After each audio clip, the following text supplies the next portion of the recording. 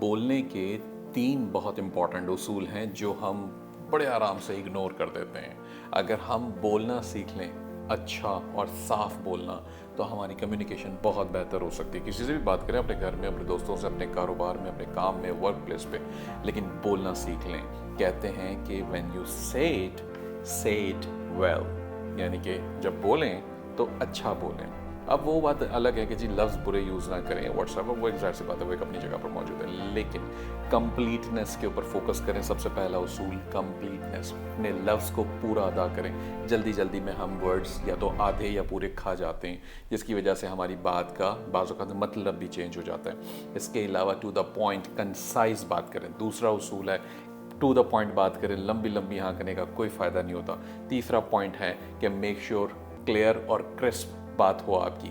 Clear مطلب اس کا واضح ہو رہا ہو اور سامنے والے کو بات فوراً دل میں اتر جائے گی.